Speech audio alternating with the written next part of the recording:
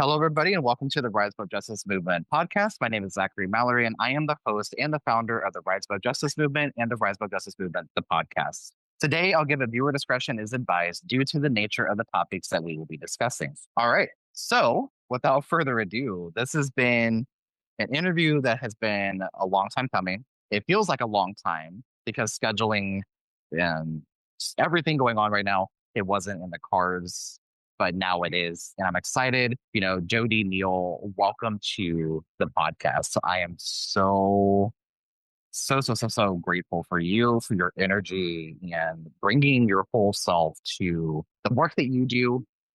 And just, I'm in awe. I'm so excited. Thank you. Thanks so much for having me. You're doing very important work too.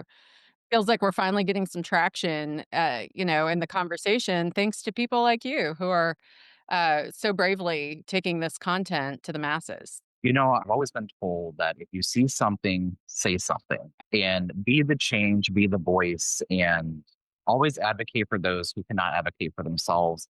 Because that retaliation piece is something that is not really talked about nearly enough at all. Because those retaliatory, if a survivor comes forward, and if they, especially against somebody that's deemed, quote unquote, and has notoriety or some type of like power, like what do we see right now? We see Jeffrey Epstein, right? Yeah, We're seeing that a lot, and I've talked about it numerous times in this podcast, and we'll talk about it too. But anyway, let's dive in, and feel free to introduce yourself to our audience and to our listeners, and walk us through a bit about your journey. The floor is yours. sure. Thank you. My name is JoDee Neil. I am a second generation lawyer, trial lawyer who has practiced in both the criminal and civil sectors, primarily in the field of survivors. I was assigned to the Crimes Against Children Division in my 20s, and then most recently served as chief of the Crimes Against Children Division. So twice I've done these crimes, done the criminal system, and then in the meantime, I spent several years consulting to NGOs in Southeast Asia when I had my two daughters over there, and then I came back and I did civil litigation. Largely the opioid litigation, but I also worked with survivors on the side. And I have a book coming out called Outcry Witness. It is a former prosecutor's guide to healing and justice after sexual violence. This book is actually my outcry. It is the first time that I told the truth about what had happened to me, specifically three formative events that I could remember. And it's the book that I wish had existed when I was trying to outcry many times over the years. So I had to write it, and my publisher is my Outcry Witness, and it has been a wild journey, and I am looking forward to getting this out into the public sphere. It just went up on Amazon the other day, on Saturday, and then it'll be available in hands by April 7th. It's not very often that I lose words on how I want to describe something. Whenever we announced that we were going to do a podcast, okay? And we received 300 messages almost instantaneously because having 200,000 followers, obviously we get hundreds, if not thousands, of messages every single week. There was one message that came across, and that was from you, and you're like, "Hey, here's something that I can talk about. Here's a little bit about my background. Here's my website." And I'm sitting here thinking, like, okay. I was like, and I just had like this like look on my face, and I was like, "This is going to be a good one." Then we sat down and did your pre-interview and learning about your experiences and learning about your story, but also what kind of led you into doing this work. And we'll dive into that here in just a minute. But I just have to say, like, I'm at a loss of words because I think this is such a powerful testimony to why every voice matters in the movement to eradicate sexual and gender-based violence, and why it's so incredibly important to make sure that all perspectives are represented in these spaces. And talking to survivors, talking to organizations, talking to leaders, it's all valid. But I do feel that there are certain perspectives that oftentimes are left out. And that comes from the judges. That also comes from the attorneys and the lawyers. And, I can't imagine what you've seen over the years. And I mentioned about growing up in Missouri. And the county that I grew up in is now moving the most serious offenses in regards to like domestic violence and like sexual assault and et cetera. They're moving it to from a municipal court to a county court. I'm excited to see that because they're taking survivors' testimonies more serious. And this is a brand new prosecuting attorney that just, began her job in January of this year. And there was a lot of questions that, okay, she doesn't have any trial experience. She doesn't have this. She doesn't have that. Look at what she's doing. She's taken something that has historically failed survivors and kind of like gave a slap on the wrist to, perpetrators, right? And now taking it more serious, bringing it to a higher court and is prosecuting it as such, it's showing that that dynamic and that needle is, shifting and it's changing. Times are changing. And believing survivors is also coming to the forefront. So, but anyway, enough about, hearing my voice. Let's jump into yours. So, what led you to becoming, an advocate for survivors, an advocate for children? And what led you into practicing law? What was that journey like for you? Great question. I knew when I was very young that I wanted to be a courtroom lawyer. That's what my dad did, and I don't remember anyone ever telling me that I had to, but I knew I was going to starting when I was about 5. And so that really helped me narrow down the process of getting through school because I didn't really have to worry about making great grades because DA's offices are more interested in your communication skills and really, are you comfortable around people? Are you comfortable speaking? So I was able to get through school pretty quickly, and I went to the DA's office right out of law school. I was a rabid trial lawyer. I had a lot to prove. I had big shoes to fill, and I was in a competition with my dad. And so I just tried as many cases as there were. I was taking files from other prosecutors. I tried so many cases. And, eventually, they assigned me I did a tour in the white collar crimes division, and I'd been in there for maybe a month or 2, and the chief the acting chief of CAC and the investigator came into my office, and they said, "Hey, we want you in crimes against children," and I remember sitting there just like my life flashed before my eyes because I had some childhood trauma. I hadn't dug into it yet, but I knew that I didn't really wanna do that job. Like, enough and I had been a survivor, when I was 19-ish. So, between those 2 things, I knew it was very risky for me, but I wasn't gonna say no because I was a soldier, and I wasn't gonna show weakness by refusing the assignment because, I was in a competition with my dad. So, we went to the first assistant's office, and he said, "Alright, well, we're gonna assign you to CAC, it's a very elite division."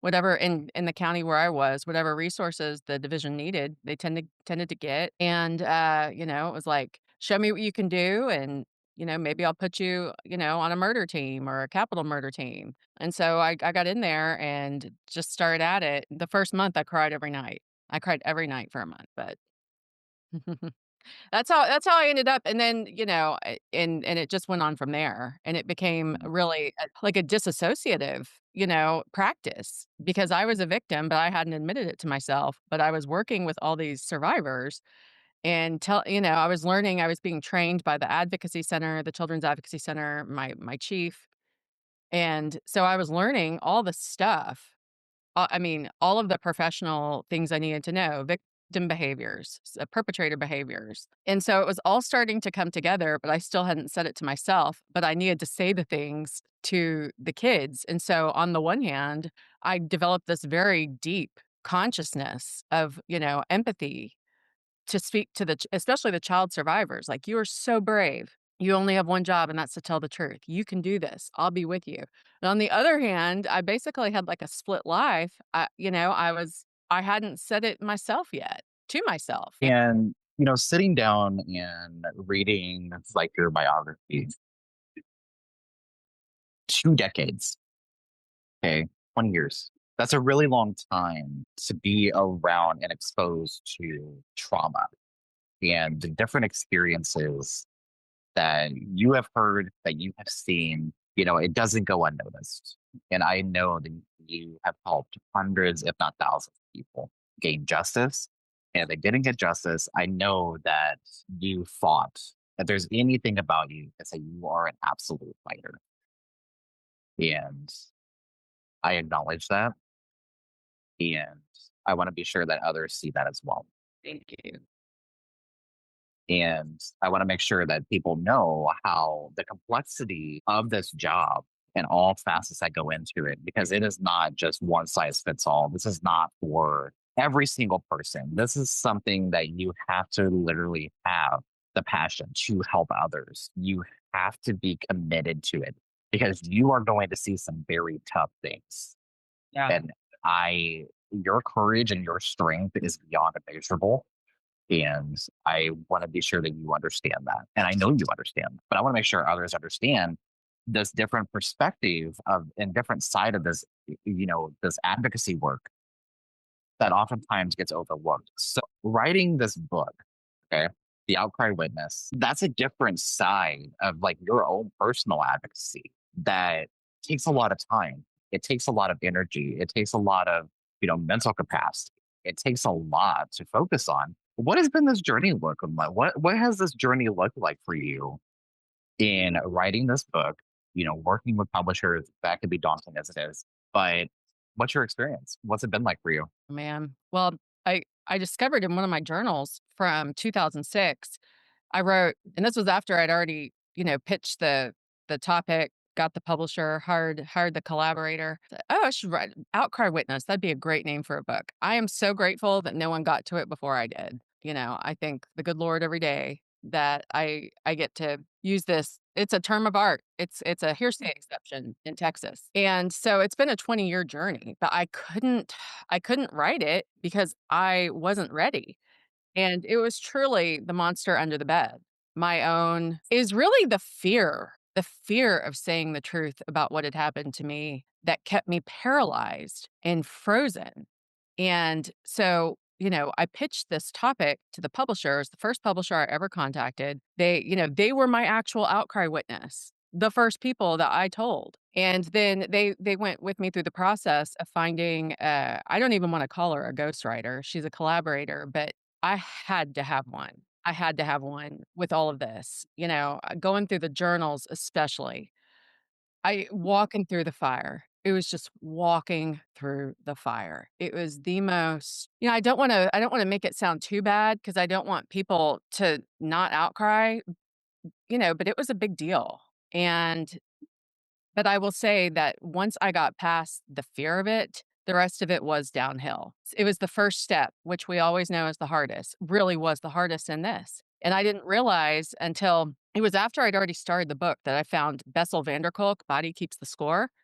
That everything I knew from my own life and from working with survivors is actually supported by science. Like, I thought it was just me that was frozen, and, like, I could not say all of this out loud, but it turns out it's a physical phenomenon. Your brain is reorganized when you go through trauma like this, the trauma is what remains when you survive crimes.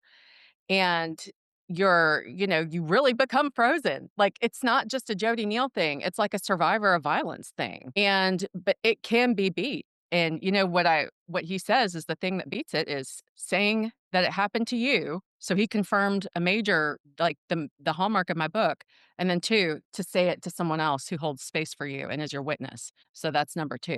So as I was working with my collaborator, I just kept getting very strong messages that I was doing the right thing. I went back to the DA's office to be chief of crimes against children. It was not a good situation for a lot of reasons that I can talk about some other time. But what it did teach me, it reorganized the book for me because I was still believed that the criminal system was like the way to heal. Like, oh, if we can just get more people into the criminal system, because I'd seen real healing and real justice. Like, I'd seen it for real and it can happen. But when I went back this last time, I was it broke me because it was like the last piece of the system that I could believe in had crumbled. And I was a part of a 9-year-old criminal case involving 2 girls who were trafficked to a bad guy who, since we talked, took his own life in his lawyer's office on his plea day. Uh, so, it was really a dangerous situation. Anyways, that 9-year-old case, I couldn't get it to trial, and I couldn't shake it. And I said, "There's gotta be another way, because I cannot send." I already had the book underway. I can't send millions of people this route. And so I had to completely, reformulate the strategy, and came to land on, look, if you're an adult, there are a lot of different ways that you can have your healing moment, which is saying the truth to another person. And it's not run into the police station. Your healing is yours. What happens on that is a different, that's further down the line. But first, you got to take the first steps, because it's keeping you from living your life. And so, so I left the DA's office and focused on this book, and I got the manuscript submitted in June. Yeah. which is incredible, and that's a long time to be working on something. That's something that is not, and it's not the easiest thing to just put everything out there. It's like, look, this is, what happened. This is what this looks like. This is what this is. This is what this is. And you mentioned something just a second ago, and like just running to the police station, right? Now, I grew up watching Special Victims. Mariska Hargitay is one of my favorite actresses. She always will be. I But would they, love to read my book to her. If she's listening, please read my book. let's manifest it. Let's make it happen Yes. because she plays a cop on TV, but in real life, she is a legit advocate for survivors. Like not just in her role on a television show, but being the founder of the Joyful Heart Foundation, and they have done some very impactful work at ending the rape kit backlog. They're a big voice in the backlog, and she is just a badass human being. And I watched the documentary that she talked about her mother, and I cried from the beginning to the end. Not just because she was my first like celebrity crush, Hmm. because she was, because she's beautiful, she's gorgeous, she's Anyway, I'm gonna continue gushing, but no, she is just an overall badass human being that I've always looked up to, but they make it look incredibly easy to Yeah. just walk in and say, "Hey, this happened to me." And they take you into this room and they question you and you go through the trial and they make it look super, super easy. But it paints a false narrative and it paints a false image that it always looks like that. Now, don't get me wrong, there are cases that, it's very easy to do, but there's still a lot that goes into that. In actuality, it's really not easy because they're still, having to face your perpetrator, having to explain your story numerous times to police, to the prosecutor, to the nurse examiner. If you get to that point, keyword is if you get to that point, because we know that the system is far from working in everybody's favor. But let's kind of dive in a little bit and talk about some of the pieces, not necessarily that I know there's like a fine line of what you can actually talk about, what you can't talk about, and et cetera, et cetera. But let's think about some of those cases that you have read up on or you want to talk about or can talk about. Let's kind of dive into a little bit of those. Okay. So, cases are incredibly complex. The criminal justice system is incredibly complex. And so is the healing journey for survivors because we know it's not linear. We know that it's very complex and it's very spread out. And oftentimes, especially like for myself, healing is not a destination. I just want to continue growing Yeah. and continue growing into the person that my mom, always said I was going to be. Yeah. She's like, you're going to be a leader, you're going to be an advocate. She was right. But am I everybody's cup of tea?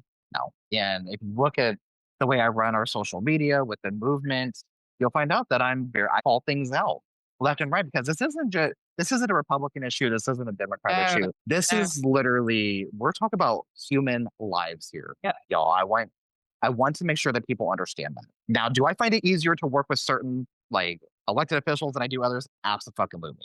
But I also want to be frank and say that even then, there's still a lot of flaws because they do not pay attention and they do not listen to that survivor voice. Yeah. I mean, look at how long it took to get a vote to release the Jeffrey Epstein files. Look how long it is. And that's a bipartisan Yeah. issue. They did work bipartisanly. I am really glad it did pass, but there's a lot more that needs to continue happening because even with those files being released, there's still generations of people like who failed. Yeah. And One thing to recognize is these women and men that did come forward, because there's over 1,000 of them. Mhm. One thing to recognize is they were children. Yeah. They were children when they were trafficked. They were abused. They were children. Rest in power, Virginia. That's I'm going to leave it at that. But let's dive into some of the cases that you've either worked or that you know about, and some of those cases are worse than others. And this isn't to kind of like downplay another case, but there are some that are take a lot more investigating and a lot more energy to understand what's truly happening. So think about a case that kind of took you back and made you think about, why did I ever do this? Why did I ever start this? Think about that case. Uh, I'm gonna go back to my 9-year-old case, there were two girls that had been, and this one actually was trafficking, and their voices have never they've never been heard. 9 years, the defendant got 14 continuances. He's living his best life, taking cross-country road trips, on bond, and these girls, one of them couldn't even do EMDR, because she was gonna have to testify. You want that raw you want that raw remembrance, because that is the emotional evidence that the jury needs to know, and they need their stomach to drop and know that what this person lived was real. And so, that just like it was like I could feel their bondage. They were just in a cage, and they couldn't get out until this case was, tried. And, there anyone who's survived what they've survived would have some accompanying, treatment issues or, behaviors, and seeing all of that weaponized against, one of the daughters. And then, just really, really the time it took, it was really a crime upon humanity. And, there was nothing I could do to get the case tried. I mean, I threw my eyeglasses down in the courtroom, I stomped my foot, I did everything I could, and I couldn't. And it was really just a feeling of powerlessness that was unacceptable to me. And, when we feel really powerless, when you're powerless, there's really only one place to take it, which is to the streets, Take it to the streets. Like you, every day in your podcast, you see stuff and it just makes you sick to your stomach and you get so mad. And so you just have to channel it into something productive. And so I talk about these girls in my book at a few different times. And of course, I have the permission to do it.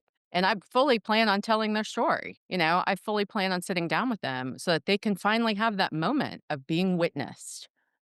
And what I have seen, so the jury trial process, like, we've got to make this more available, because when it works and when everyone does their jobs and follows the rules, it is a sacred experience, because there you have 12 people who are listening to the same thing at the same time, noticing the same or different stuff, but it's all happening in real time. There's a judge, there's bailiff, there's a court reporter. Like, it is actual facts. You can't fake news it. It can't be manipulated. It is a portal of truth when it's done right and when you can get there. And that's the problem, is we can't get there, and sometimes it's not done right. And for sure, getting these cases to trial is far more important than, I saw a guy get 28 years for a meth rock. Meanwhile, I've got two 9-year-old girls, or two girls who are grown now on a 9-year-old case, and I can't get to trial. And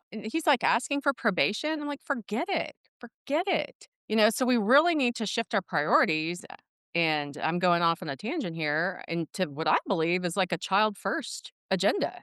Is there child involved? Okay, that goes first. Was a child involved? That goes next. Is it acute or is it delayed? All right, then that's the next decisions. And that's how we prioritize which cases to get to trial. I'm not going to say that, substance crimes don't matter at all, but FFS, they don't need to be taking up all the prison space and all the jury trial space, because it's going to take us a while to get where we need to be so that survivors can actually remove threats from the community.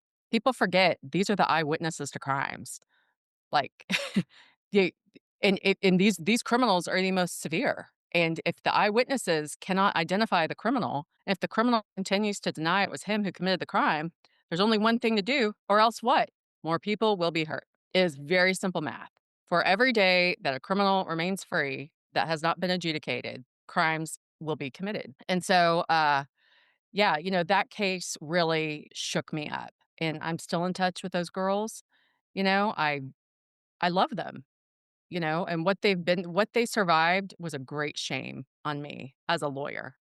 And was one of those moments where you're like, maybe I'll do a Sinead O'Connor and cut up my bar card on live TV because I'm so mad. Because I'm so mad, that my profession would allow this to happen in my state, in a county where my mother's buried, to two girls who had nothing. These were the girls that we should have protected the most. These were foster kids. As somebody who has worked with clients that were either in the foster care system or they aged out of the foster care system and they became unhoused. They became, they went to the streets because after you hit a certain age, where the hell do you go?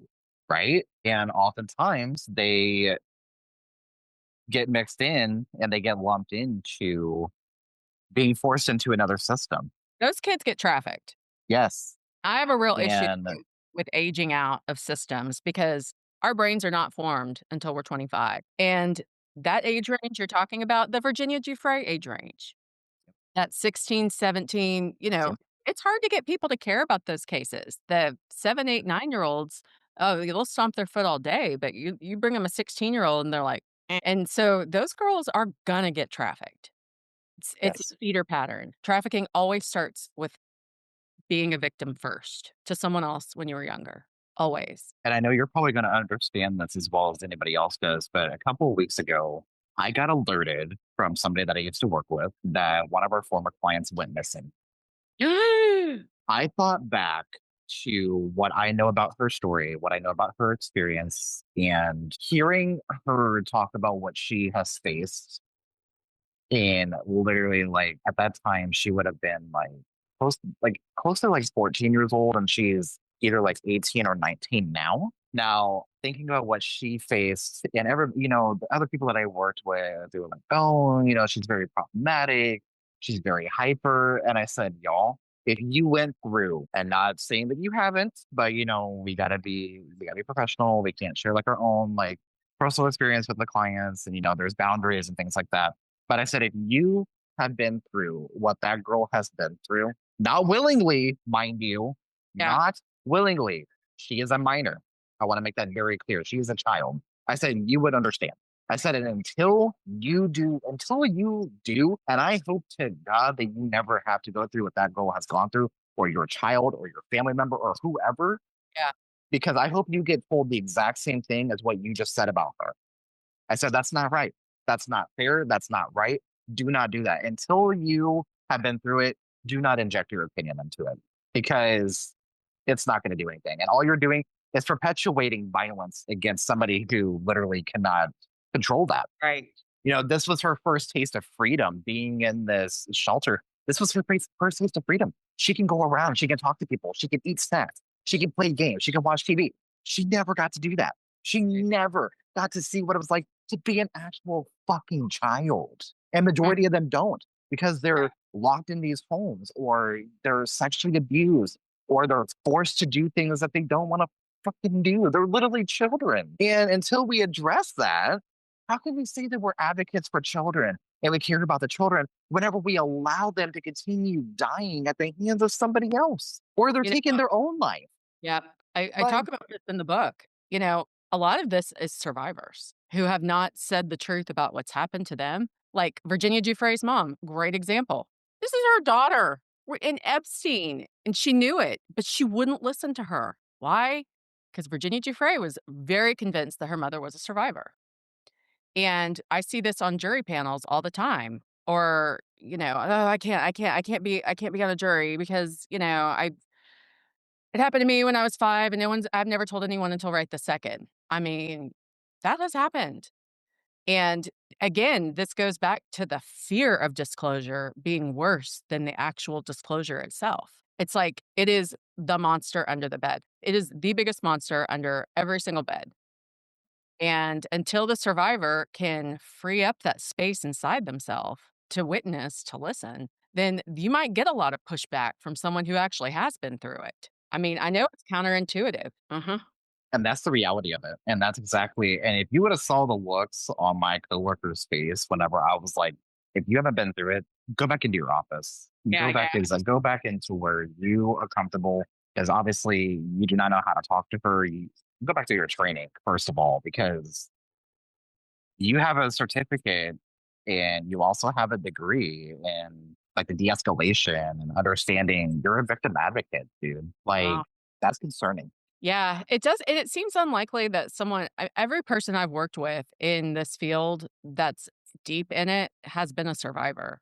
Mhm. It is surprising what you're telling me. I believe you, of course, but Which makes it Mhm. which literally makes it that much more worth it to continue working within those systems, Yeah. but also speaking up whenever you see something. Because I did report him, Mhm. eventually he was removed, but he's done it for a very long time. He's done it for a very long time. And I won't mention, obviously where that was or who the person is or et Yeah. cetera. I'll keep that obviously to myself, but they know.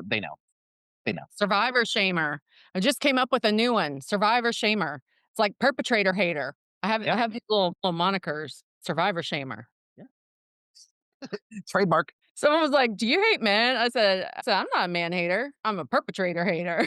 Oh, Jody, I have a story for you. So really quickly, we'll dive more into and this is what we do on this podcast. Like we do talk about some like very serious things, but we also like to have a little bit of fun. And I'm gonna tell you a story. Well, in high school, I every time I tell this story, I think about my mom's face in this very moment. But I went to a doctor's appointment, or I think it was a psychologist, psychiatrist, something like that, and I was being put on like different medication. And, this was like a checkup. And we walked in, and, it's in like this like fancy little like office building. And we walk in, and, he's sitting at his desk, we do like the whole check in process, all that stuff.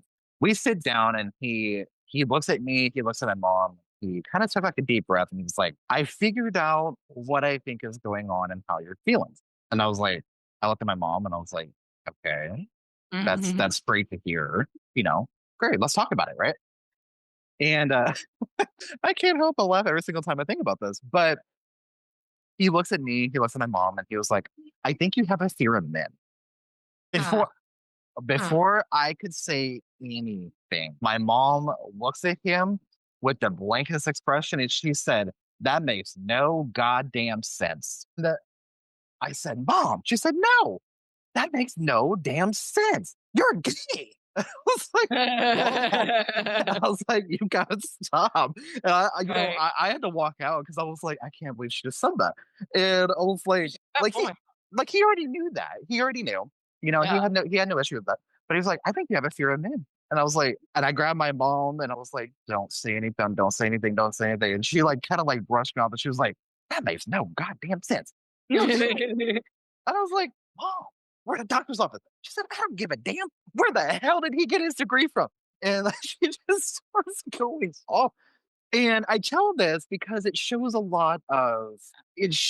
where a lot of like emotions come in whenever we're told things that we don't really want to be told. Come to find out, like, I understand not all men, it's always a man. Yeah, And yeah. I've I can come to get that. realize that. I've come to that conclusion. I'm not a man hater. I mean, my mom would say I am, but or she Yeah. would say that she is because of the shit that she's been through and the Yeah. systems have completely failed her. But Why do we have to keep ignoring evidence? Okay, I had this conversation with myself, not to interrupt you, but no, you're good. with You're dating. good. Yes. With dating. I was like, "Why do I keep doing this to myself?" And obviously, I found the root of that problem. But then I then I figured out, okay, let me look at this from a trial lawyer standpoint. Where is there evidence? Okay. First of all, there's no evidence that there's a lid for every pot, that there's someone out there for everyone, that there's a soulmate. There's just not evidence for it. You might see some outliers, great for them. I love that for them. They kinda keep us all buying into this fantasy. But the fantasy is not supported by evidence. What is supported by evidence is that men, a human man, human man has perpetrated crimes on me. How many times? And that doesn't even count crimes of the heart, the ghosting, the rejection, the bullshit, the, lingering disrespect. And I'm like, that is evidence. So I'm under no obligation to ignore a tremendous weight of evidence and choose a fantasy instead. Like, I just don't, we don't have to give them a benefit of the doubt. Like, it has not been earned. Exactly. I think the older I get, the more bitter I get because I think back to my first sexual assault, which is at 17 years old. Mm, And walking into this police department, and I have people that follow me and they, know about my story and they've heard this podcast. I've talked about it a couple times, but walking into that police department and, you're thinking, your heart's going 1,000 beats a minute, your mind is rushing, what are they going to say? What are they going to do? Am I going to get in trouble? Because it has happened yeah. numerous times. What was I met with? I was met with a judgmental desk officer that stated, "Were you not strong enough to fight him off? Or you're a man. Why were you not fighting him off?" And my mom looked at me, and before I could say anything again, my mom's always been my biggest advocate. And anybody who knows her, you will know that she is a spitfire. She's a fireball. She also doesn't put up with any bullshit. She doesn't, and she never has, and she never will. Ask my stepfather about that. Well, you can't. Well, he's in Arizona somewhere, but who the hell knows? Anyway, um, they got divorced, and I became sober from alcohol. Yeah. But long story short, my mom pipes up and she was like, "Just serve and protect, right? Who the fuck are you serving and protecting whenever you don't believe survivors?" And I was like, "Uh oh." Here we I go. love I was her. like, I was like, well, here we go. We're in a police station. You're going the fuck off on this desktop officer. We're gonna get arrested because you just told this woman what she could do with her badge. I was like, It was a wow. woman who said that to you? It was a woman. Yeah, she had like this long Oh, hair. She had glasses. She was kind of like she just came across as just a real. wow. You remember her. You have that is Oh, greater I trauma for you. And I swear I ran into her at a gas station, like in my hometown. Because my hometown, I grew up in Independence, Missouri. So obviously a home of Harry S. Truman, et cetera, et cetera, et cetera. Oh, And it's like a fairly progressive area. It is. It's in Jackson County. It's like this, vibrant community. People are great there. We have some great, elected officials in that county and just across the state. There's incredible people and incredible organizers. Then you look at the police departments and you're yeah. like, uh, this is a lot because this specific department did not have a special victims unit, like Mm. literally at all. And they also got rid of their funding for, CIT officers, which I think is critical. Every department needs to have a CIT officer or at least some Hey, what does that mean to you? crisis intervention. So they're the ones, they Yeah, have like a co-responder or like a social worker right. respond to like suicide, domestic Yeah. violence, sexual assault, or whatever, or even like an overdose oftentimes. Not so sure we have those here. Like, I didn't know that term. I'm sure probably not. It's Texas, but sorry, I had to say that. Oh, it's okay. Um, It runs the gamut. It runs the gamut between excellent with life sentences and nine-year-old cases. So, yep, yep. And there's not a fine line between problem. that. That's a problem. And there's not a fine line, and it's not a one size fits all. It's like either we do great or we fuck up. And I mean, it's like No, no. you can't win. And it's one of those damned if you do tell your stories and damned if you don't tell your story. Because it's like if you tell your story, you're not gonna be believed. If you don't tell your story, you're not gonna be believed. So it's Right. like, what do you do? And a lot of people live with that for so long. Yep. You languish, you ruminate, and I mean, it never occurred to me that I could tell the truth about what happened to me to myself or to my therapist, and I wouldn't have to go to the police. I mean, I guess it did, but I made the choice. I was like, "No, I'm not dealing with that. I got enough problems as it is." I'm trying to be a high profile prosecutor here, and I know exactly what's gonna happen, and it's gonna tank my career. I knew that. I knew it, and so I just kept it to myself. So speaking of that, what is your thoughts on like restorative justice? So those alternatives Oh, to no. For sex offenders? just as a whole and as a concept. For drugs, sure. So For I'm drugs, curious I got no curious to know problem what with that. your thoughts are on this. No, I'm a huge, huge fan of diversion for Drugs look, drugs is just people who are sexually abused trying to make it stop in their heads. I know that. So I'm a big fan of restorative justice for the right type of crime, not for sex offenders. No, no. I mean, I tend to say that it would be a very smart policy to divert drug crimes into restorative justice by and large, so that it's not even discretionary for the district attorneys. Because I see, money being wasted on a meth rock. So I love restorative justice, but it doesn't work for sex offenders. I cannot change someone's deviant arousal. Okay. If someone, finds delight, pleasure in a child's body, there's nothing I can do to fix that. There's nothing anyone can do to fix that. There is no science to support that. And since there's no way to fix it, how is that person ever allowed back in society? So I don't believe in it. And frankly, I don't even like probation. I've seen both sides of the argument, whatever it comes to restorative justice, and like how effective it can be, but also how ineffective. And there's some pros and there's some cons to both sides of it, right? And I think it's another one of those things that it's not a one size fits all. I think it works in some spaces, it doesn't work in other spaces. There's a really good organization that's called Survivors for Justice Reform and focuses a lot on transformational justice and restorative justice. And I worked alongside some of the other advocates and survivors that are a part of that and thinking about it. And I'm very new to like the subject and I'm very new to understanding it a little bit. And I see it in other countries like Canada, and I see it in like Australia and like the UK. They utilize different aspects of it in different ways. For abusers, But then I think about the United States and how our systems function, how our systems are, and I'm like, in an ideal world, we wouldn't even need that, right? We wouldn't even need to go to court. We wouldn't even need to go to police. We wouldn't even need to go anywhere else. But it's a controversial topic. It is, and I get tongue twisted because I can't really like I don't know. I don't know how to explain I'll it. help you work through it. I Not think very it's just know that sex offenders are the most manipulative criminal population that there is. Like, they're so manipulative that there's a special kind of therapist called a licensed sex offender treatment provider. Have you ever heard of this? yes, Okay. yes. So, like, maybe if we could train an army of LSOTPs to run restorative justice for certain types of sex offenders, like, I know that it can be helpful for juveniles. I know that juvenile LSOTPs and juvenile, treatment programs can be very effective. So that's where if we were going to do restorative justice, I would target it at the juvenile population and to training a whole lot of LSOTPs. And, because they need to know that if someone's being accused of this particular type of crime, this is not a regular person that you're treating, right? This is someone who has advanced manipulation skills. And someone with advanced manipulation skills, it's like shooting fish in a barrel, with therapists and lawyers. I mean, people that don't know are very easily manipulated.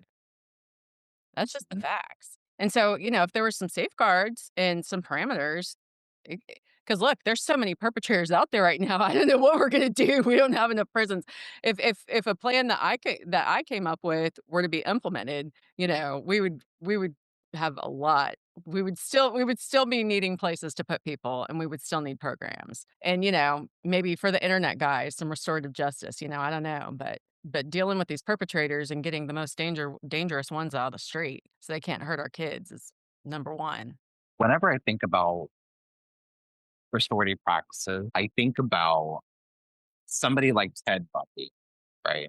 Or somebody like Jeffrey Dahmer, or somebody like BTK, or I don't know why I always resort to these serial perpetrators, but it's definitely Well, I, it's the I thing. think because They're the I thing. think about it and I think about like, can they truly be a hunt? You can't restore evil. And I'm gonna be the first one to say you can't restore evil. There is no restoring it. And I understand different perspectives, I understand different views, and I'm willing to sit down and learn, right? Yeah. But I also think about the structure of how our systems are currently designed and how they were designed, and they're working exactly how they were designed. They're working by design. Yeah, yeah. No, And they're perpetrator favors. I can't Yeah. imagine. I cannot imagine a world where Ted Bundy would be able to be rehabilitated. I don't see it. I cannot vision it, nor do I want to, because that does an injustice to the people that he murdered and the people that he raped and the people that, No, it's gotta it stop. gets it Someone gets has to put their foot down. so, and there's such a fine line of understanding, like, as somebody who grew up on true crime and listening to true crime and listening to true crime podcasts and watching true crime on TV. My grandmother was obsessed with it. My mom is obsessed with it. And it's like a generational thing to be obsessed with Their true crime. programs. I'm almost certain that it's literally just generational. Like, my grandma grew up on it. She loves it. I'm growing up. I grew up on it. And I'm not talking about like SVU. I'm talking about like some like actual like freaking true crime. Now I can watch it on TV, but I also have to make sure that every single window is locked. Make sure every single door is locked. And if I hear one little sound, I jump. And like I said, I can listen to the most intense story, but if I see it in person, I freeze instantly. I freeze. I shut down because it's like, okay, shit's getting too real. I can also sit here and I can watch horror films. Again, I grew up on horror. I love horror films. My mom does not, unless it's like, Michael Myers or Freddy or, something like that. But I'm more into like the paranormal, like the Conjuring, because it is based off of true stories. And again, I think if I saw a ghost in person, you got to make sure there's a defibrillator around, because I don't know what's going to happen, and or make sure there's a toilet around, because, well, stuff is going to happen. I just don't know what the hell it's going to be.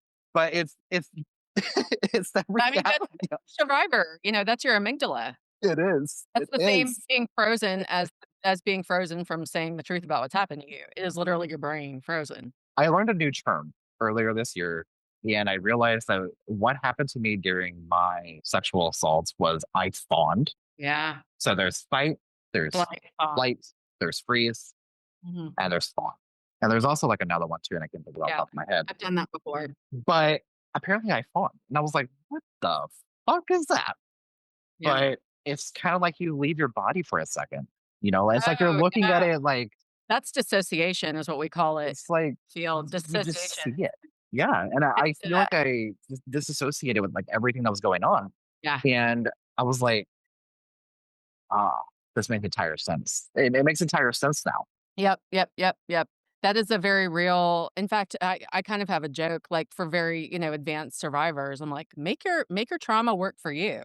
If you're in an uncomfortable conversation with someone, use your disassociation because now I have control over it, like, kinda, deer in the headlights. But, yeah, I've actually had disassociation where I disassociated from my disassociated self. Like, I saw my disassociated self from a fourth yeah, that was the last Mhm. time it happened to me. And that was the time I was like, What is this? I cannot keep running from this because I was sober, he's, a high credentialed perpetrator, like, I thought I did everything right, and here I was again, and that's when I got real serious about figuring this out."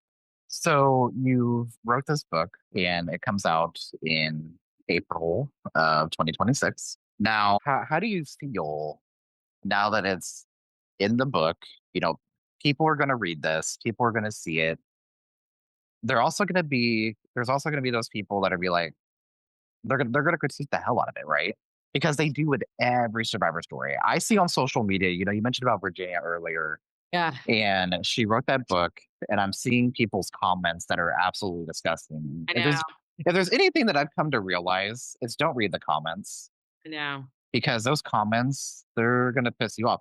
And literally you're just arguing with internet trolls Yeah, online, and you stay up right. until 4 o'clock in the morning arguing with this robotic account, and they're giving you all of these things.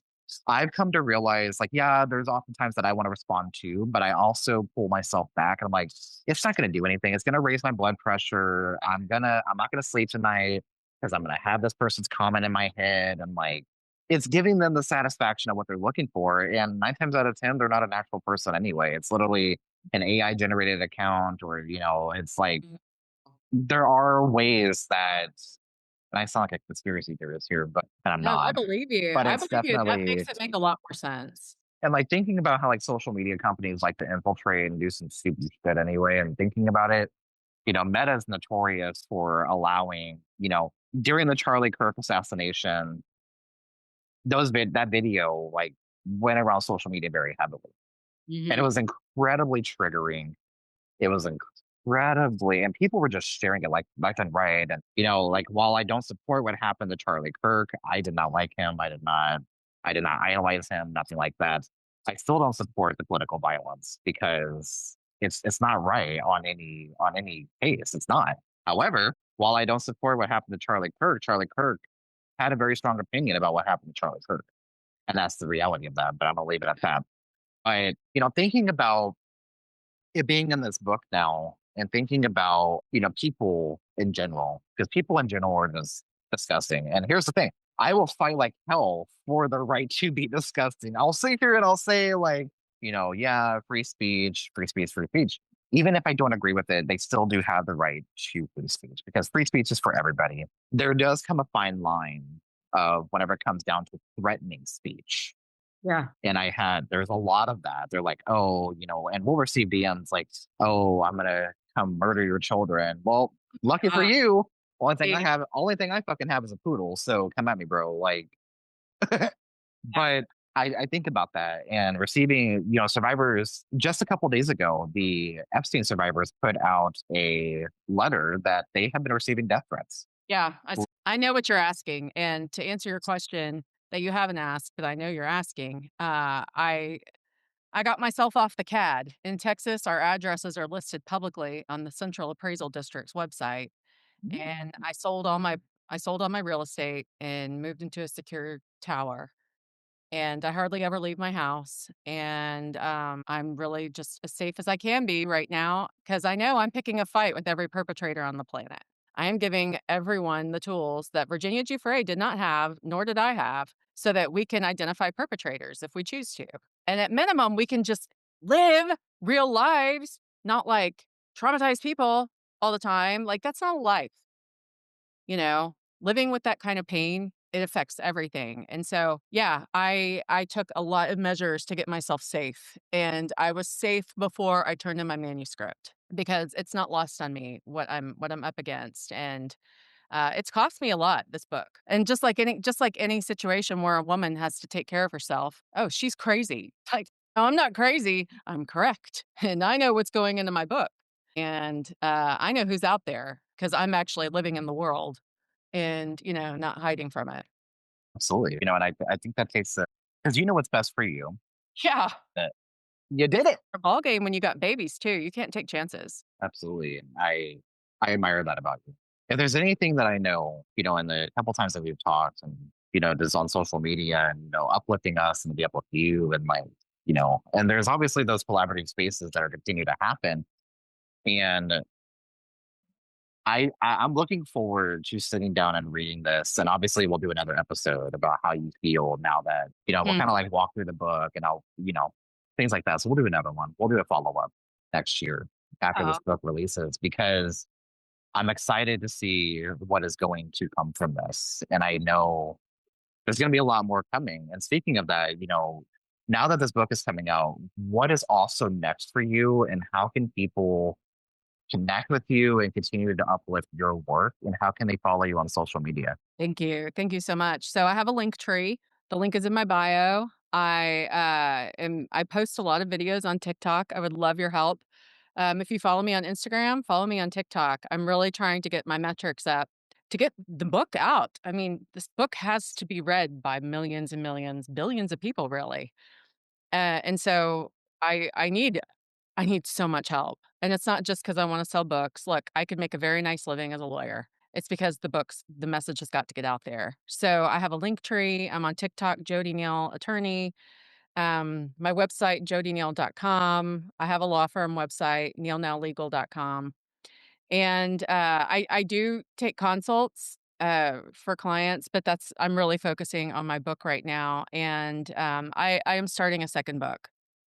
And, it's gonna be really about the way mothers are treated by many different systems, including healthcare, family courts.